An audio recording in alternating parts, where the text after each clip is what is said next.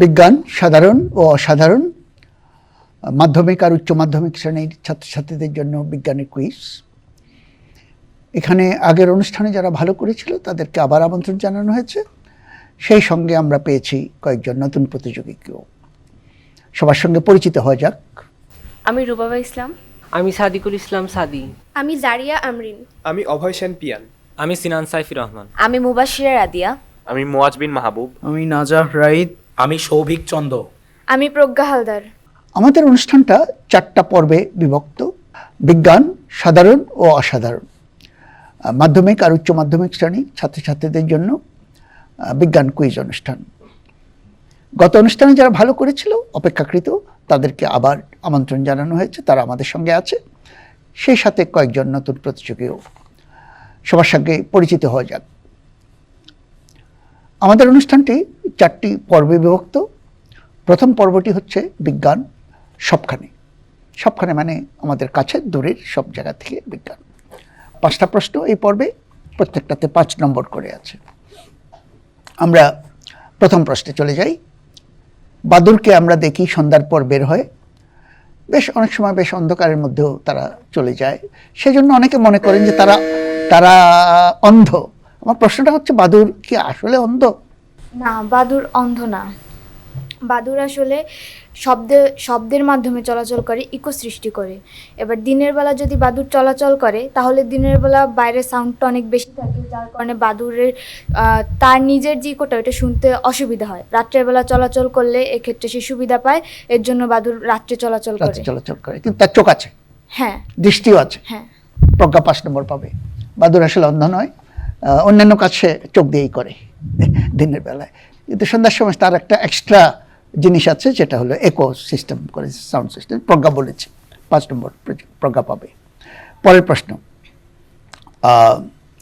মানুষের বা যে কোনো জীবের বা প্রাণীর সব কোষের মধ্যে সব ডিএনএ আছে, সব জিন আছে। আমাদের চামড়ায় সব জিন আছে, আবার আমাদের হার্টেও সব কোষে সব ডিএনএ আছে। তাহলে হার্টের যে স্পন্দন, এটা চামড়া কেন স্পন্দন করে না এই জিনে? সাদি বলবে। আসলে হচ্ছে আমাদের মানে প্রত্যেকটা জিন থাকলেও আমাদের হচ্ছে দেহের বিভিন্ন ধরনের পার্টসের মধ্যে মানে আমাদের বৈশিষ্ট্য প্রকাশের বেশ কিছু হচ্ছে প্রকাশ করার জন্য যে হচ্ছে বৈশিষ্ট্য সেটা হচ্ছে থাকে আর কি। আর হচ্ছে স্পেশালি যদি হৃৎপিণ্ডের কথা বলি, সেখানে হচ্ছে মায়োজনিক নিয়ন্ত্রণ থাকে আর কি। মানে হৃৎপিণ্ড নিজেই স্নায়বিক হতে, না সেটা ঠিক আছে, কিন্তু অরিজিনালি তো জিনিসটা জিন থেকে এসছে। তোমার প্রথম ভাগ ঠিক আছে, কিন্তু আরেকটু স্পষ্ট যদি কেউ করতে পারে এই জিনিসটা। নবাশ্বর। আমাদের মস্তিষ্ক মূলত আমাদের শারীরিক সকল কাজ নিয়ন্ত্রণ করে। তো হৃৎপিণ্ডে যেই কাজ, সেখানে বারবার হৃৎপিণ্ডের সংকোচন প্রসারণ হয়, কিন্তু আমাদের আমি মস্তিষ্ক বলি যে এটা হৃৎপিণ্ড না, মনে করো অন্য জিনিস, যেমন মস্তিষ্কের স্নায়ু। কিন্তু চামড়া তো স্নায়ুর কাজ করছে না, কিন্তু জিন তো আছে,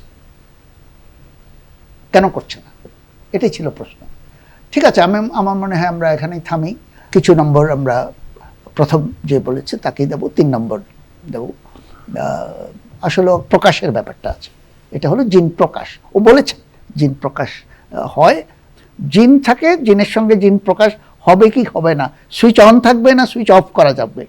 এই চামড়ার মধ্যে কিন্তু স্পন্দনের সুইচটা অফ আছে, সেই জন্য ওটা কাজ করে না।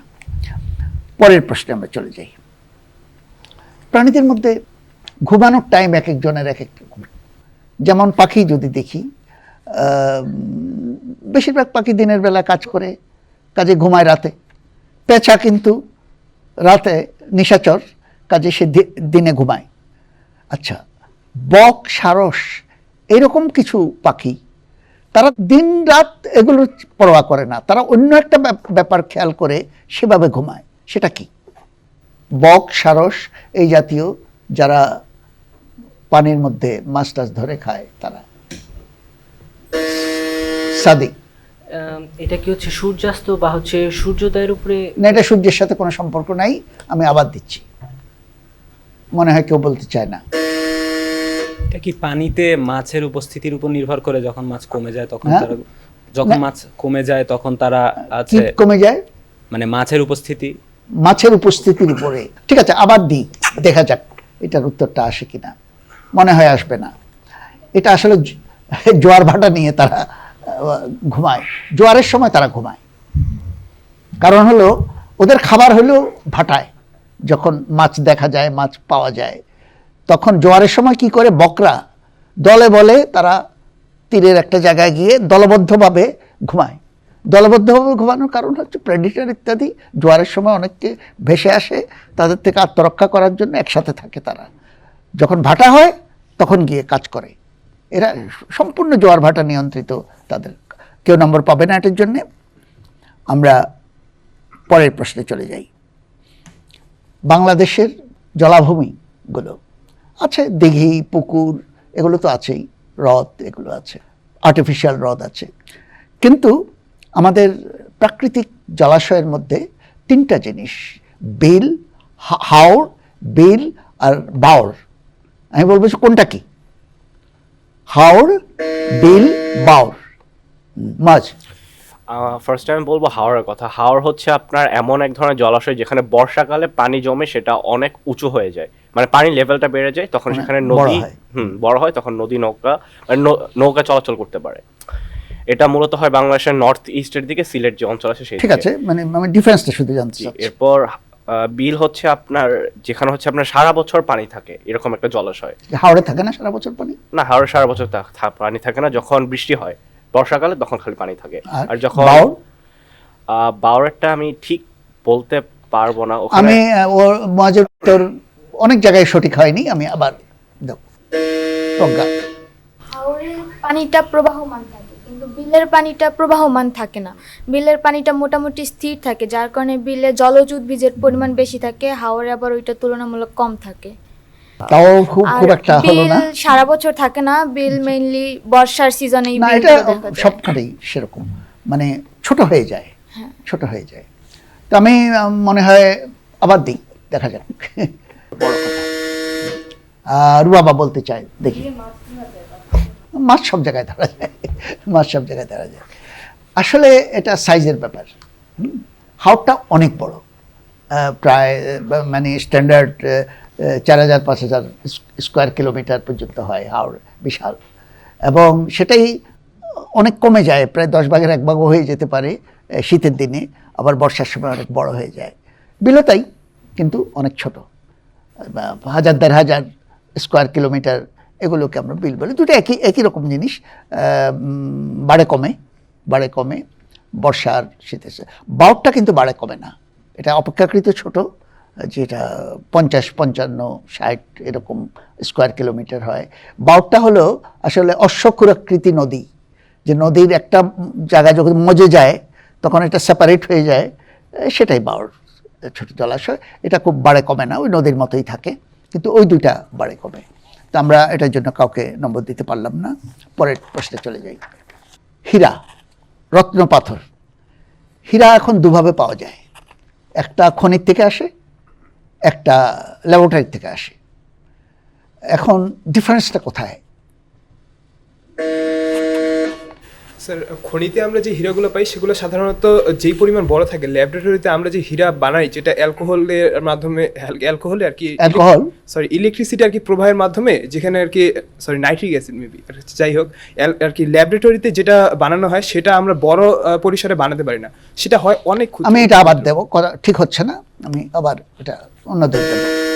সেনা, ল্যাবরেটরিতে যে ডায়মন্ডটা বানানো হয় এটা মানে সায়েন্টিফিক কাজেই শুধু ব্যবহার করা যায়, কিন্তু খনি থেকে যে ডায়মন্ডটা আসে সেটা হচ্ছে অর্নামেন্টাল কাজে ব্যবহার করা যায়, সেই মানে ওই গ্লিটারিং প্রপার্টিটা বেশি। ল্যাবরেটরি ডায়মন্ডগুলো ল্যাবরেটরিতে কিভাবে বানায় এটা বলতে পারছি। আমি আবার দিই, ল্যাবরেটরিতে কিভাবে বানায় এবং দুইটার মধ্যে আদৌ কোনো ডিফারেন্স আছে কিনা? সাদি।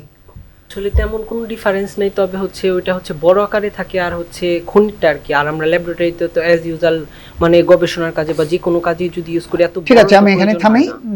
আসলে দুটোই কার্বন, কয়লাও কার্বন, একই জিনিস, শুধু তার ক্রিস্টালাইন রূপটা আলাদা। এবং ল্যাবরেটরিতেও কার্বন দিয়েই কাজ করে। হীরা খনিতে হয় অনেক প্রচণ্ড চাপ যখন কার্বনের উপর পড়ে এবং তাপের মধ্যে, তখন ল্যাবরেটরিতে আমরা তাই করি, আমরা আর্টিফিশিয়ালি ওই তাপ এবং চাপ সৃষ্টি করি, এক্স্যাক্টলি একই হীরা হয়।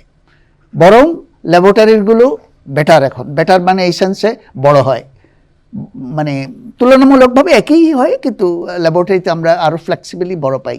ল্যাবরেটরিগুলো বিভিন্ন কালারে পাই আমরা, যেটা খনিরটা পাই না।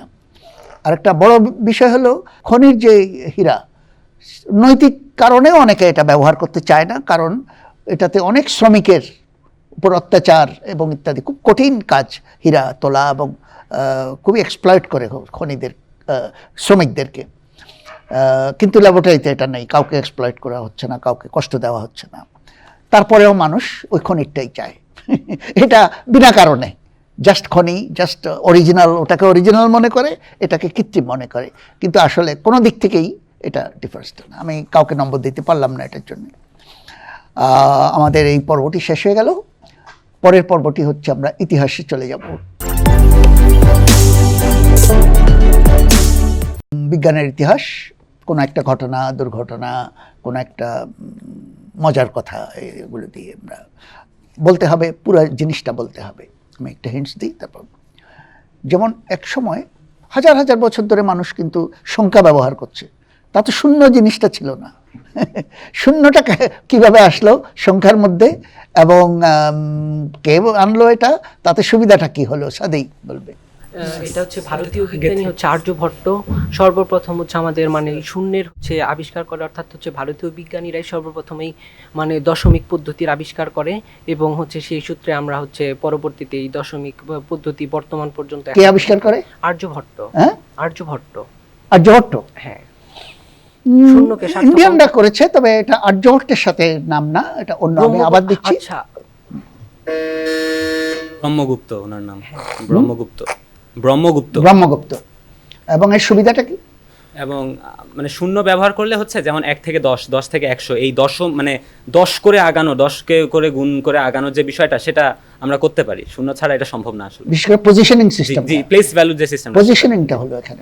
এবং এটা পুরা অঙ্কের ব্যাপারটা বিপ্লব ঘটায় দিল, কারণ এর আগে পর্যন্ত বড় কঠিন কাজ ছিল সংখ্যা লেখা। আমরা এখনো বুঝি রোমান হরফে লিখতে গেলে যা হয়, একেবারে উল্টাপাল্টা। আমরা তো লিখি রোমান হরফে, এক্স দিয়ে, ভি দিয়ে, এম দিয়ে যে লিখি, ওগুলো বহুত ঝামেলা। সেনান 5 নম্বর পাবে এটার জন্য। আমরা পরের প্রশ্নে চলে যাই। ব্রহ্মগুপ্তই আসলে, তার বইটার নাম হলো ব্রহ্মস্ফুট সিদ্ধান্ত। এটা সংস্কৃত একটা বই, ব্রহ্মস্ফুট সিদ্ধান্ত। সেখানেই উনি শূন্যের বিষয়টা এনেছিলেন প্রথম, এবং এটা পরে আরবদের মাধ্যমে এটা ইউরোপে ইন্ট্রোডিউসড হয়। পরের প্রশ্ন, মেন্ডেল উনি বেছে নিয়েছিলেন জিন আবিষ্কারের জন্য যে গবেষণা, বেছে নিয়েছিলেন মটরশুঁটিকে। কেন মটরশুঁটি? কেন মটরশুঁটির ক্ষেত্রে হচ্ছে এটা হচ্ছে মূলত একবর্ষজীবী একটা উদ্ভিদ, প্লাস হচ্ছে এর মধ্যে হচ্ছে বৈশিষ্ট্যগুলা হচ্ছে মানে আমরা হচ্ছে একজোড়া মানে বিপরীত বৈশিষ্ট্য, যেমন হচ্ছে লম্বা, মানে হচ্ছে লম্বা খাটো উদ্ভিদ, প্লাস হচ্ছে যদি আমরা বলি মটরশুঁটি কেন, ও মটরশুঁটির মধ্যে হচ্ছে বৈশিষ্ট্যগুলা মানে যেমন হচ্ছে কয়েক ধরনের বৈশিষ্ট্য থাকে, ওই বৈশিষ্ট্যগুলো একটা বৈশিষ্ট্যের জন্য একটা হচ্ছে যিনি দায়ী থাকে আর কি। মূলত এই জন্য হচ্ছে সেপারেট করা আমাদের জন্য হচ্ছে মানে সুবিধাজনক হয় পরবর্তীতে। সুবিধাটা কোথায় আবার একটু বলো। একটা বৈশিষ্ট্যের জন্য হচ্ছে আমরা একটা যিনি হচ্ছে সাধারণত দায়ী, মানে ওই ক্ষেত্রে মটরশুঁটির ক্ষেত্রে আর কি দায়ী থাকে। এই জন্য হচ্ছে পরবর্তীতে যখন আমরা হচ্ছে মানে মটরশুঁটি নিয়ে গবেষণা করি, এতে জিনের যে হচ্ছে পরিবর্তনগুলা বা জিনের যে হচ্ছে ক্রসিং গুলো ব্যাখ্যা করে যদি কেউ বলতে পারে, অন্য জিনিসের সাথে তুলনা করে। প্রজ্ঞা, মটরশুঁটির ফলন তাড়াতাড়ি পাওয়া যায়, আর মটরশুঁটি হচ্ছে উদ্যানে চাষ করা যায়, যার কারণে এর মধ্যে পরাগায়ন করা সুবিধা। আর ফলন যেহেতু দ্রুত পাওয়া যায়, বীজ দ্রুত পাওয়া যায়, তার মানে গবেষণার প্রসেসটা অনেক তাড়াতাড়ি হওয়া সম্ভব। প্রজ্ঞা, এটা আমি নিতে পারলাম না। আমার মনে হয় আমরা এখানেই থামি। তার মূল কথাটা ঠিক ছিল যে তার মটরশুঁটির গুণটা সুনির্দিষ্ট। আসলে উনি চাচ্ছিলেন যে সরল গুণ আছে এরকম, বেশি গুণ হয়ে গেলে পেচ লেগে যাবে। যেমন একটা মানুষ যদি হতো, তার কত রকমের গুণ দোষ কত কিছু আছে, তো অন্য উদ্ভিদেরও সেরকম অনেকগুলো। মটরশুঁটির মাত্র 2টা জিনিস, হয় তার বীজটা মসৃণ হবে, অথবা খসখসে হবে, অথবা তার সবুজ কালার হবে, অথবা তার হলুদ কালার হবে। এর বাইরে তার কোনো দোষ গুণ কিছু নাই। কাজেই ওটা সহজ বলে, এবং এটা আমরা সৌভাগ্যবান, কারণ উনি যদি অন্য কিছুকে বেছে নিতেন, মনে করি যে উনি যদি জবা ফুল বেছে নিতেন, এখন রক্ত জবা লাল, আবার সাদা জবা আছে, বাবা যদি রক্ত জবা হয়, মা যদি সাদা জবা হয়, বাচ্চা কিন্তু গোলাপি হয়ে যেতে পারে। এই যে মিক্সিংটা হয় এটা কিন্তু বিভ্রান্ত করতো, কিন্তু মটরশুঁটি ওনাকে বিভ্রান্ত করে নেই, উনি জিনটা দিতে পেরেছেন। তো আমরা পরের প্রশ্নে চলে যাই।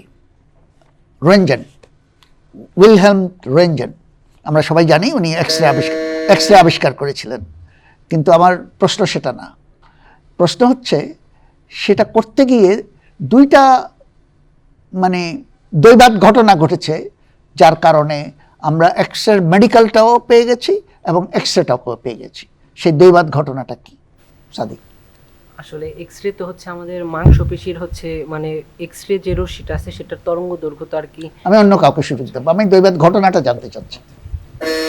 সেনারি এক্সরের মাধ্যমে উনি হচ্ছে দেখতে পেয়েছিলেন যে এটা মানুষের স্কিন ভেদ করে চলে যেতে পারে। না, সেটা আরো পরের কথা, আগে এক্স রে তো পেতে হবে।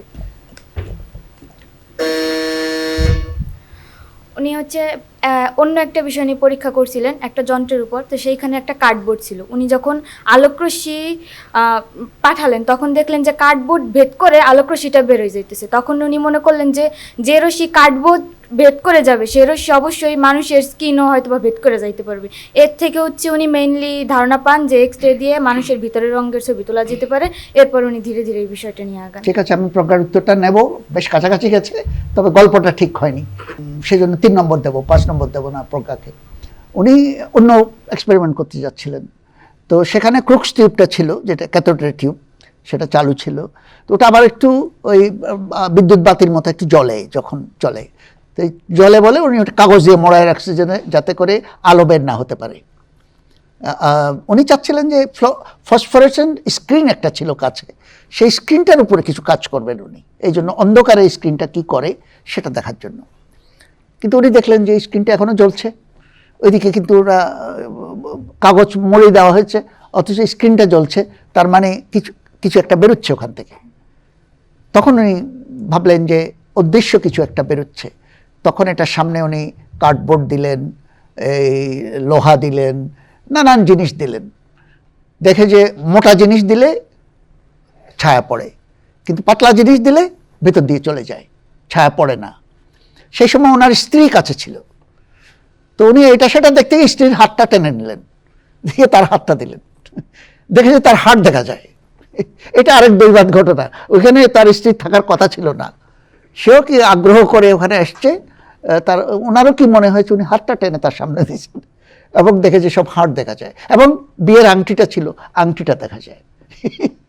শুধু হাড্ডি দেখা যায়, আবার তার উপরে আংটিও দেখা যায়। তো তখন উনি বুঝলেন যে এটা জেনাশেনো ব্যাপার না, এটার একটা বিরাট ইমপ্লিকেশন আছে যে মেডিকেল সায়েন্সে। তখনই উনি বুঝে গেছেন, একই সঙ্গে এক্স রে আবিষ্কারও করেছেন, এক্স রে ব্যবহারটাও উনি বুঝে ফেলেছেন। এটাই ছিল প্রজ্ঞা 3 নম্বর পাবে এটার জন্য। আমরা পরের প্রশ্নে চলে যাই। প্যারিসের যে ন্যাশনাল লাইব্রেরি আছে, সেখানে কিছু নথিটা হলো যে সায়েন্টিস্ট একটা খাতার মধ্যে নোট নিয়েছে, দিনের পর দিন কাজ করেছে, নোট নিয়েছে, সেই খাতা নোটবুক যার উপর সায়েন্টিস্ট লিখেছে, সেটা সীসার বাক্সের মধ্যে রাখতে হয়েছে, সীসার বাক্সে। এবং যখন কাউকে সাধারণ দর্শকদের দেখানো হয় না, বিশেষ বিশেষ দর্শককে যখন দেখায় তাকে বিশেষ পোশাক পরে এটা দেখাতে হয়। মুয়াজ বলবে এটা কেন, এটা কি, জিনিসটা কি? তিনি হচ্ছে ফার্স্ট রেডিয়েশনটা আবিষ্কার করেছেন, এবং তিনি এমন রেডিও অ্যাক্টিভ পরিবেশে কাজ করতেন যে তিনি তো রেডিয়েশন পয়জনিং এ মারা গিয়েছেনও, তার নোটবুকটাও অনেক বেশি রেডিও অ্যাক্টিভ হয়ে গিয়েছে। এখন এটা রেডিয়েশন ফ্রি হতে আরো 90 থেকে 100 বছর লাগবে, এর জন্য সেটা সীসার বাক্সে রাখা হয়েছে যেন ওখান থেকে রেডিয়েশন। সঠিক, এটা মারিকুরির নোটবুক। মারিকুরি যেখানে কাজ করতো তার নোটবুকটাও ওখানে থাকতো, এবং এই রেডিয়েশন জমতে জমতে এক্সরে রেডিয়াম 226 সেটা অত্যন্ত রেডিও অ্যাক্টিভ জিনিস, ওটাও রেডিও অ্যাক্টিভ হয়ে গেছে। আর একটা ভুল বলেছে মজ, এটা 100-200 বছর না, এটার হাফ লাইফ হলো 1600 বছর। 1600 বছরে এটা অর্ধেক হবে, তো অর্ধেক হলেও একই ঘটনা। আবার 1600 বছর এটা আরে অর্ধেক হবে। এইভাবে দেখা যায় যে 10-1600 বছর পরে এটা বিপদমুক্ত হবে, তার আগে না 16,000 বছর লাগবে এটা বিপদমুক্ত হওয়ার। তো মোয়াজ 5 নম্বরে পাবে এটার জন্য। দুনিয়ার প্রথম মাইক্রোস্কোপটা আবিষ্কার করেছিলেন হল্যান্ডের এক ভদ্রলোক, তার নাম অ্যান্টনি ভ্যান লেeuwenhoek। আমার প্রশ্নটা হলো, এই মাইক্রোস্কোপের বৈশিষ্ট্য কী ছিল, আর এটা দিয়ে উনি কি দেখেছেন এবং সেটা কি পরিবর্তন এসছে? মোয়াজ। এই মাইক্রোস্কোপের বৈশিষ্ট্য ছিল, এটা ছিল অপটিক মাইক্রোস্কোপ, মানে এটা সবই তো অপটিক মাইক্রোস্কোপ। মানে এটা হচ্ছে লাইক লাইট দিয়ে দেখা, মানে হচ্ছে এখানে লাইক লাইট দিয়ে দেখা যায়। এবং না, এটা আমার মনে হয় তুমি সঠিক দিকে নাই, আমি অন্য কাউকে সুযোগ দেব। আচ্ছা, এটা দিয়ে উনি একটা কর্কের মধ্যে তার কিছু মৃত সেল নিয়ে না দেখেছিলেন। না, এটা অন্য অন্য মাইক্রোস্কোপের কথা বলছো। লেeuwenhoek একটা কক দেখে নাই, আমি আবার দেব, দেখি মনে পড়ে কিনা তোমাদের। না, এটা সিম্পল মাইক্রোস্কোপ ছিল, এটা দুইটা লেন্স দিয়ে না, এটা ওয়ান লেন্স দিয়ে। প্রথম মাইক্রোস্কোপটা এসছে সিঙ্গেল লেন্স মাইক্রোস্কোপ। আসলে লেন্স বলছি বটে, এটা লেন্স না, এটা পুঁতির দানা। ওই যে আমরা গলার মালায় যেরকম পুঁতি থাকে, কাঁচের একটা পুঁতি। কারণ হচ্ছে খুব ছোট হলে ম্যাগনিফিকেশন বেশি হবে, কার্ভেচারটা বেশি, হাই ম্যাগনিফিকেশন 500 পর্যন্ত হতো, খুব ক্লিয়ার গ্লাসের। আর উনি দেখেছেন কি, দেখেছেন ময়লা পানি। ময়লা পানি দেখে উনি সন্তুষ্ট হন নাই, উনি নিজের দাঁতের থেকে ময়লা বের করছেন। খুব দাঁত মাজার অভ্যাস ছিল না ভদ্রলোকের। উনি যে দাঁতের থেকে যে ময়লা বের করেছেন তার মধ্যে অনেক অনেক কিছু দেখেছেন উনি। এবং প্রথম যে মাইক্রো অর্গানিজম, যে ময়লা পানির মধ্যে এবং দাঁতের ময়লার মধ্যে উনি তার মাইক্রো অর্গানিজমগুলো দেখেছেন। উনি এগুলোকে বলতেন, এর আগে কেউ দেখে নাই এগুলো, উনি বলতেন অ্যানিম্যাল কুল, মানে ক্ষুদ্র অ্যানিম্যাল কুল। তো এই প্রথম মাইক্রো অর্গানিজম মানুষ দেখলো, এই প্রথম মাইক্রোস্কোপিক জগৎটাকে দেখলো লেeuwenhoek। আমরা এটার জন্য কাউকে নম্বর দিতে পারবো না। আসলে আমরা ইতিহাসের পর্বটা শেষই করে ফেলেছি। পরের পর্বে চলে যাই, যেটা ভবিষ্যতের পর্ব, যেটাকে আমরা বলছি 2026 থেকে 2036। দুটো জিনিসের কথা বলবো, প্রত্যেকটাতে 10 নম্বর করে থাকবে, যেখানে ভবিষ্যতের প্রেডিকশনগুলো দিতে হবে। এবং প্রথম যে জিনিসটা আমরা দেখতে চাই, আমাদের সাথে এই মুহূর্তেই আমাদের কাছে 2026 বা তারও আগের থেকেই আছে 3 রকমের বই আছে। কাগজের বই, ইবুক যেটা ডিজিটাল বই, আবার অডিও বুক আছে।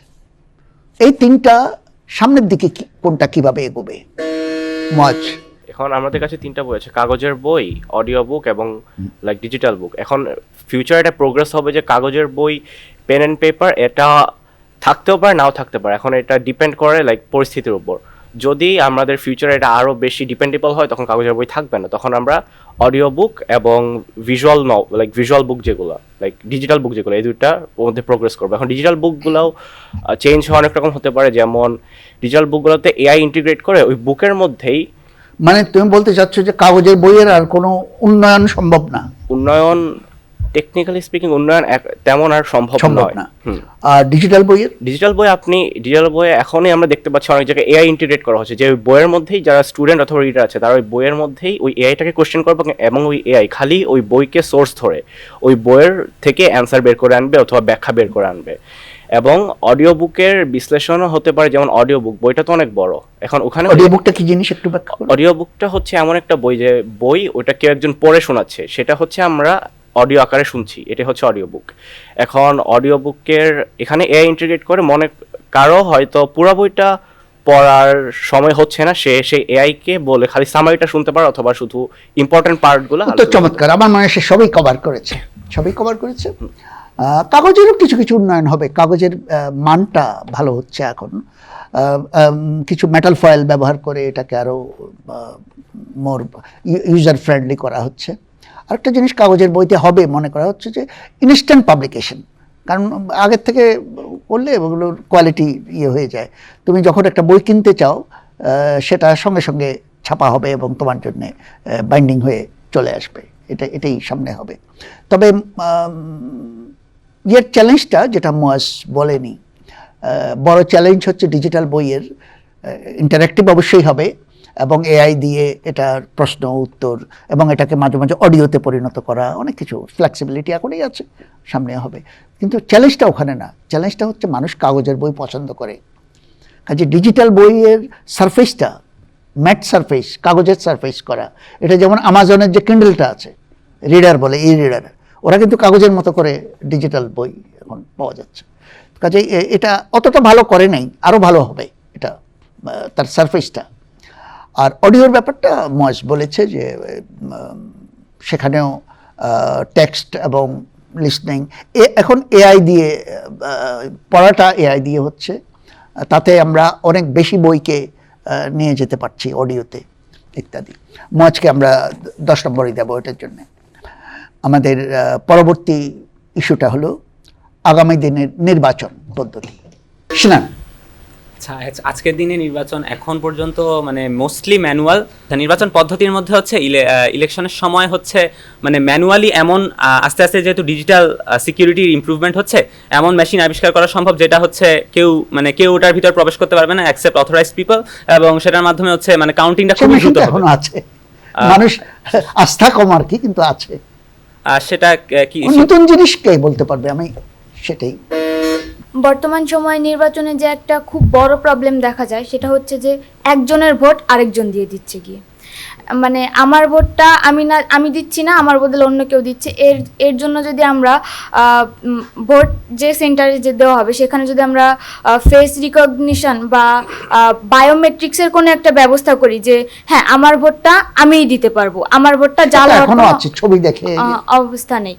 আর হচ্ছে যে ভোট গণনার সময় ভুল করা, মানে আমি ভোট গণনা করছি, একজন মানুষ যদি ভোট গণনা করে সে তো পক্ষপাতিত্ব করতেই পারে, তার পক্ষপাতিত্ব সুযোগ আছে। সেক্ষেত্রে আমি যদি সেখানে রোবট বা এরকম কোনো যন্ত্র ব্যবহার করি যে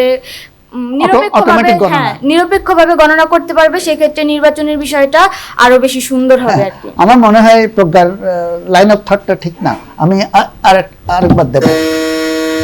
এখানে প্রত্যেকটা মানুষ যদি প্রোফাইলে বাসায় বসে ভোট দিতে পারে, এটা সব থেকে বেশি ভালো হয়। এই ক্ষেত্রে কোনো কালেকশন সৃষ্টি হবে না। ওটা আমি বাসায় দিলে কি বেটার হবে? হ্যাঁ, বাসায় দিলে বেটার হবে, এটাতে কালেকশন সৃষ্টি হবে না। আর প্রত্যেকের মানে ইচ্ছা মতন দিতে পারবে। ওখানে যাওয়ার পরে দেখা যায় যে বিভিন্ন ধরনের প্রবলেম হয়, বা আমি ওটাই কেন দিলাম এরকম কোয়েশ্চেন ওঠে। আর যদি আমি এটা ম্যানুয়ালি মানে বাসায় দিই তাহলে নিজের প্রোফাইলে উঠবে, আর যেই কাউন্টেবলগুলো হবে কাউন্টেবলগুলো অলওয়েজ লাইক আপডেট হতে থাকবে, ওখানে কাউন্টেবলগুলো উঠতে থাকবে যে এই মানে একটা দেওয়া হলো, এখানে দেওয়া হলো। এভাবে মানে সুষ্ঠু ভোটটা হবে, না হলে কাউন্টেবল তো ঠিক হয় না। ঠিক আছে, আমরা এখানেই থামবো। আমার মনে হয় লাইনটা ঠিক আছে, আমরা এটা ভাগ করে দেবো। প্রজ্ঞাকেও নম্বর দিতে হবে, কারণ কতগুলো জিনিস যে প্রিকশনগুলো প্রজ্ঞা বলেছে। এখানে একটা জিনিস খুব পরিষ্কার, এখন পর্যন্ত শুধু বাংলাদেশে না, সারা দুনিয়ায় এখন পর্যন্ত মানুষ খুব কনজারভেটিভ এই ব্যাপারে ব্যালট ব্যবহার করে। আমেরিকা, ইউরোপে ব্যালট ব্যবহার করে, এত মেশিনারি, এত কিছু, এত কিছু থাকা সত্ত্বেও, কারণ আস্থা কম। তো এই আস্থাটা আনতে হবে, যদি মেশিন আসতে হয়, অটোমেটিক যদি করতে হয়, তাহলে ফুল প্রুফ হতে হবে। আমেরিকায় যেটা করে, ওরা মেশিন ইউজ করে, কিন্তু সঙ্গে একটা ব্যালটও বের হয়, ওটা প্রিন্টেড হয়ে ব্যালটও বের হয়, কাজেই এটা হয়। আরেকটা জিনিস হলো, যতই মেশিনের দিকে যাব সাইবার ক্রাইম বাড়বে, কারণ কিন্তু আমরা যদি সাইবার সিকিউরিটিটা দিতে পারি তাহলে এটাকে অটোমেটিক করতে হবে। এখানে রুবাবা যে জিনিসটা বলেছে খুবই গুরুত্বপূর্ণ, সেটা ঠিক ন্যাশনাল ইলেকশনের জন্য না, রেফারেন্ডামের জন্য। অনেক দেশ আছে যারা কথায় কথায় রেফারেন্ডাম দেয়, আমরা তো বহু বছর পরে একটা রেফারেন্ডাম দিচ্ছি, কিন্তু অনেক দেশ আছে কোনো কিছু হলেই বলে মানুষকে জিজ্ঞেস করো, সবাই ভোট দেয়। তো আমরা হয়তো বাড়িতেই একটা মেশিন থাকবে, বা হয়তো আমার স্মার্টফোনেই সে ব্যবস্থা থাকবে যে আমি যে কোনো ইস্যুর উপরে আর 1 কোটি মানুষ 10 কোটি মানুষ ভোট দিয়ে দেবে, এটা সঙ্গে সঙ্গে রেজিস্টার্ড হয়ে যাবে যে কোনো জিনিস। যে এই রেফারেন্ডামের অভ্যাসটা এটা সামনে আসবে, কারণ উন্নত দেশগুলোতে এখন কিন্তু রেফারেন্ডাম জিনিসটা খুব বেশি, যে তারা মানুষকে কনসাল্ট করতে চায়, সব মানুষকে, শুধু প্রতিনিধি নিয়োগ না, তুমি নিজেই বলো এটা করবো কি করবো না, তখন এটা অটোমেটিক যদি আমরা করতে পারি।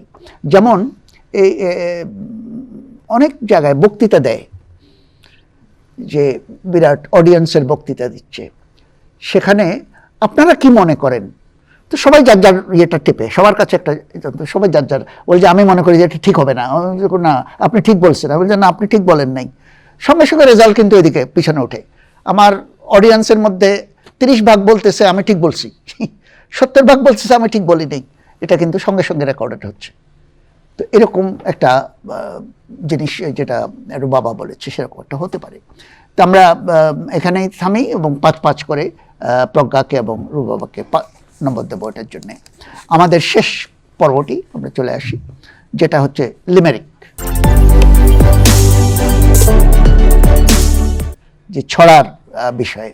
এটা 5 লাইনের ছড়া, মজার ছড়া। সেখানে আমরা বিজ্ঞানের একটা বিষয়কে আনবো এবং সেটার ছড়ার মতো করে কি বলতে চেয়েছে সেটা বলতে হবে, মনোযোগ দিয়ে শুনতে হবে। একটি কণার সামনে দেয়াল অনুভব, এই দেয়াল পার হওয়া তো অসম্ভব। কোয়ান্টামকে মারে কণা গেলেও পারে, এই যেন কোয়ান্টাম সুড়ঙ্গ কাটে ধপাধপ।